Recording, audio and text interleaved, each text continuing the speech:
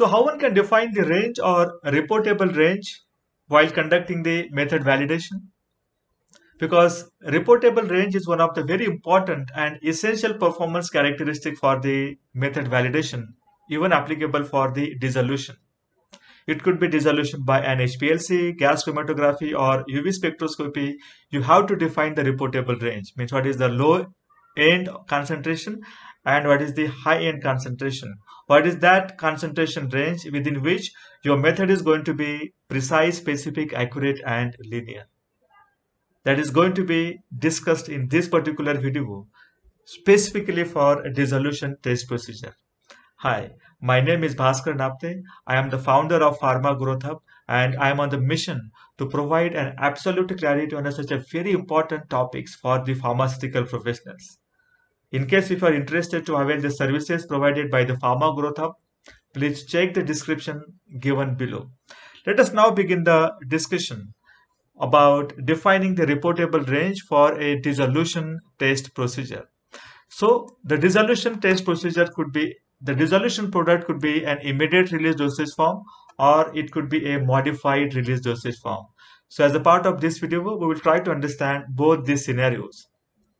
Now in case of immediate release dosage form, your product can have the 1 point specification or it could have the 2 point or more than 2 point specification, that is the multi-point specification. We'll talk about again these sub scenarios within the immediate release dosage form. Let us now start our discussion in understanding. In case if you have the product with the 1 point specification, for example, maybe 30-minute, your dissolution result should not be less than maybe 70% Q. So what is the Q value over here? The Q value in this example is the 70%. So how one can define the lower end of the reportable range? That is given here now. Q minus 45% of the lowest strength. Let me take an example of the multiple strength product. And let us say we have a telmisartan 20 mg tablet. We have a telmisartan 40 mg tablet and we have a third strength, that is telmisartan 80 mg tablet. So these are the three strengths we have. So what is the lowest strength in this case? This obviously becomes a telmisartan 20 mg. So we need to first define the Q minus 45% of the lowest strength. So Q minus 45% is going to be how much? Our Q in this example, if you can see over here, look at here, our Q is 70%. So the Q minus 45% is going to become 70 minus 45, that is 35%. So we now understand our low end of the dissolution of the range is the 35%. But we need to understand the concentrations associated with this 35%. What is our 100% by the way? And for that we need to understand what is our dissolution medium volume. What is our dissolution medium volume? Because unless and until you understand that, we cannot define the concentration in terms of maybe microgram per ml or mg per ml. Let us say our dissolution volume is 1000 ml. So what is going to be the concentration of telmisartan 20 mg when I drop 20 mg tablet into 1000 ml dissolution medium? My concentration is going to become 20 microgram per ml. Right? So this is the concentration associated with the 20 mg strength at 100% level. At 100% level. This is at 100% level. Right? But what is the concentration I need to define to understand my low end of the range? And this is 35%. So what is going to be my 35% then? If my 100% is 20 microgram per ml, my 35% is going to become this one. 25 microgram per ml is my 100% into 35% divided by 100. And I will end up getting maybe I think 7 microgram per ml. I hope you understand how I calculated the lowest concentration that I need to study while defining the range for a tell me certain 20 mg, tell me certain 40 mg, and a tell me certain 80 mg tablet. Understand one important point. My method should be one and the same, right? Method should be one and the same for all these three strengths. All these three strengths. If my methods are different, then there is no point talking about the same validation, So it is very important point, provided that my analytical procedure for all these three strengths is one and the same. My dilution is same, my dissolution medium is same, my HPLC condition is also the same. So this is the important point, and based on to that, we are going to have the common validation for all these strengths. I hope you understand how to define the low end of the reportable range now, and we have identified 7 microgram per ml as the low end or the lower concentration in the tell me certain validation. And we need to define the range, I mean we need to define the specificity, linearity, accuracy and precision from 7 microgram per ml and onwards.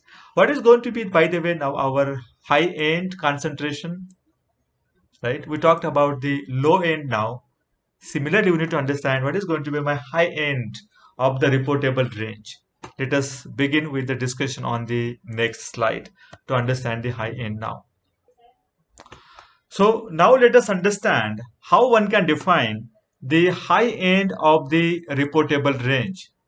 We talked about defining the low end of the reportable range so far in case of the 1 point specification where our product is immediate release dosage form, and Q minus 45% was our lowest strength. And we understand what was the concentration, by the way. We got the 7 microgram per ml was the concentration we identified in the given example, right? 7 microgram per ml. So how much is going to be my high end concentration? It is going to be 130% of the declared content of highest strength. Let me take the same example once again to explain this situation.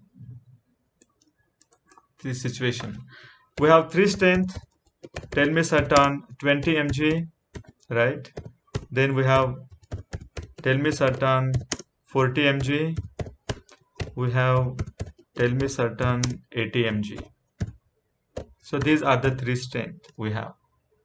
So how to define the concentration? Again, we need to understand what is our dissolution medium and the sample treatment. Let us say this 20 mg is going to get diluted to 1000 ml, and I am assuming that there is no further sample treatment. If there is any further sample dilution, that dilution should be considered over here as well. So 20 microgram per ml is going to be the concentration for 20 mg. 40 microgram per ml is going to be the concentration for 40 mg strength, and 80 microgram per ml is going to be the concentration of 80 mg strength. So what is going to be my high end concentration? I need to understand this point, 130% of the declared content of highest strength. So what is my highest strength concentration against the declared content? I'm not considering now the Q value over here. Now this is the difference between the low end concentration. During low end, we always talk about the Q value. But for the high end concentration, we only talk about the declared content. And the declared content in this highest strength is 80 mg. So my 100% concentration is going to be 80 microgram per ml. So what is going to be my 130% concentration? So 80 microgram per ml into 130 divided by 100, and that will give me probably the high end concentration. So what is that going to be? Let me calculate over here now. And it is 80 into 130 divided by 100, 104 microgram per ml. Isn't it? That is 104 microgram per ml. So we understand now our low end concentration is 7 microgram per ml, and our high end concentration is 104 microgram per ml.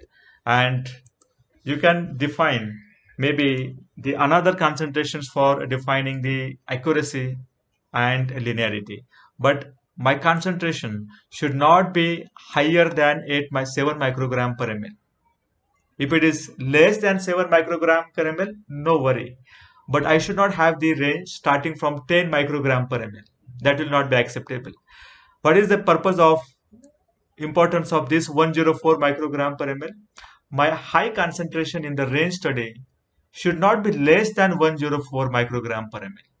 Suppose if I consider 100 microgram per ml as the highest concentration, will that be acceptable? Absolutely no. I need to have the highest concentration at least 104 microgram per ml. But if it is greater than 104 microgram per ml, then it is okay. It is absolutely okay. I hope you understand defining the range for the immediate release dosage form in case of the 1-point specification. Let us now understand how one can define the low end and the high end concentration for the multiple point specification. Suppose let us consider the example now. We have the two time points in the specification, 15 minutes, maybe not less than how much? Maybe I will say 60%, okay? And let us say at 30 minutes for my product, the dissolution is not less than 80% Q. 80% Q. I hope you understand the specification now. One is 15 minutes, which is 60%, and the second one is 30 minutes at which is 80% Q. So what is going to be my reportable range over here? Maybe 60% to 85% if I convert Q plus 5%. So what is the lower limit of reportable range? Understand the reportable range. My reportable range in the product is 60% to 80%, or if I say 80 plus 5 becomes 85%. That is the purpose of mentioning about the Q. So 60% is my low end. Understand the lower limit now. What is the lower limit in this case? The 60%. So at least in case of the multiple point specification, my low end of the method validation range should begin with at least this lower reportable range, and that is the 60% in this example. But in case if I perform the quantitation limit, if I evaluate the quantitation limit for the dissolution method, and if I found that quantitation limit is less than 60%, I can always follow the quantitation limit as the low end of my reportable range. Low end of my reportable range.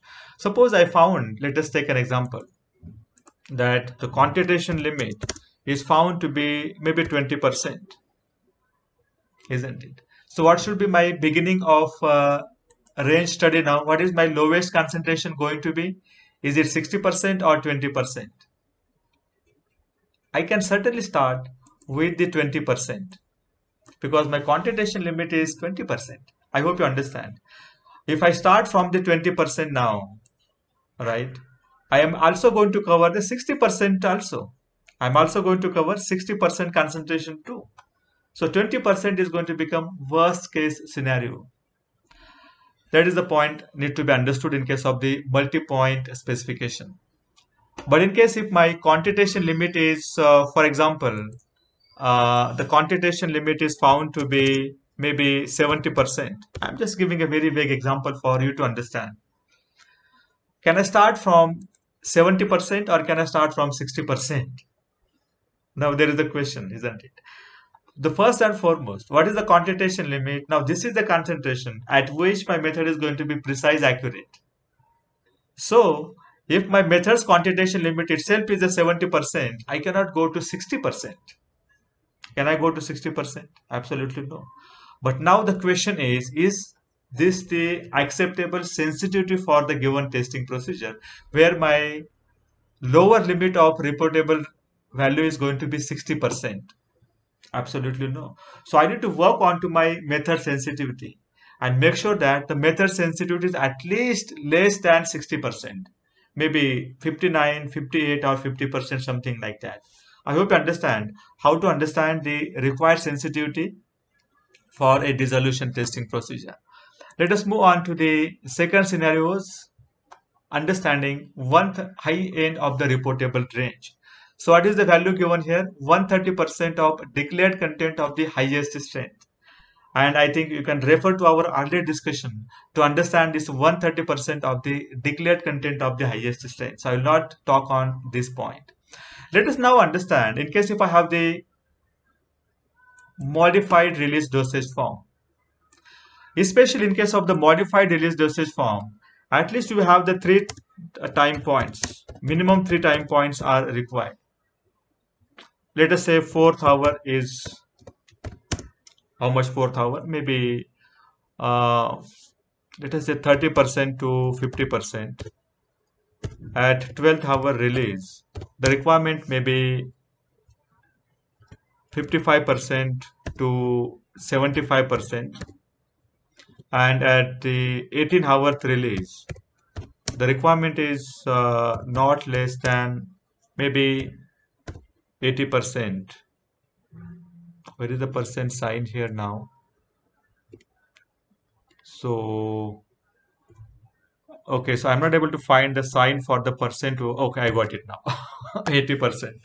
Now this is the specification for your product. You have 3 time point specification. Now understand how to define the low end of your range study. The lower limit of the reportable range. Now what is your lower limit of the reportable range? Understand there are 3 different time points. Let me take over here. Or let us have over here itself. No problem. Here we'll take. The lower end is the 30%. The lower limit is the 30%. You can easily understand from this specification design. So at least our low end should start from 30%. And if I go with the same calculation of telmisartan 20 mg with 1000 ml as the dissolution volume, what is going to be the 30% of this particular concentration? Now this is not the Q value. Don't consider Q value even for the low range calculation. It is just, let me take the example for you to understand. Let us say we have telmisartan 20 mg, telmisartan tablet 40 mg, and telmisartan tablet 80 mg. Right? So what is our dissolution dilution volume? Our dissolution medium is 1000 ml. So what is going to be the 20 mg per 1000 ml going to become 20 microgram per ml. Now to calculate this low end concentration, I need to understand this 30% of this value, because this is just the 100%. So what is going to be the 30% of that? Now that will become 20 microgram per ml, right? 20 microgram per ml into 30 divided by 100. So how much it is going to be? Is it going to be a 60 microgram per ml? Isn't it?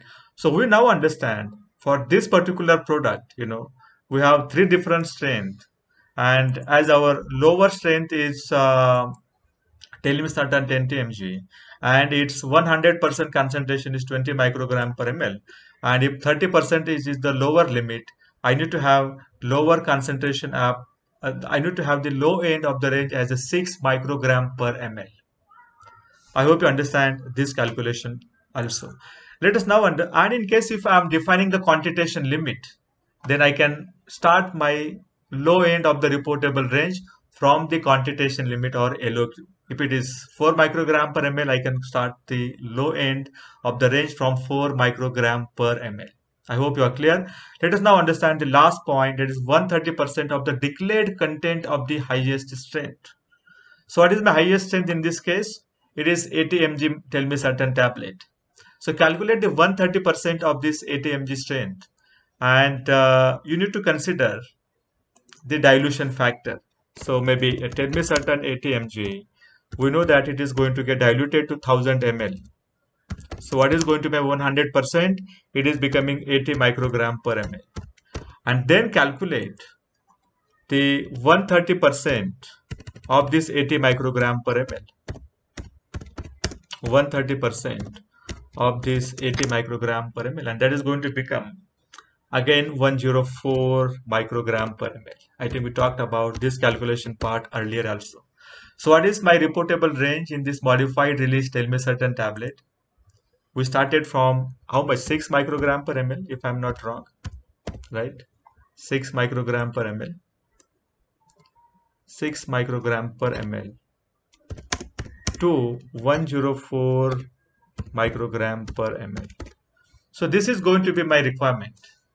I can always have the wider range. Means if I start from 4 microgram and if I end with 110 microgram per ml, no worries.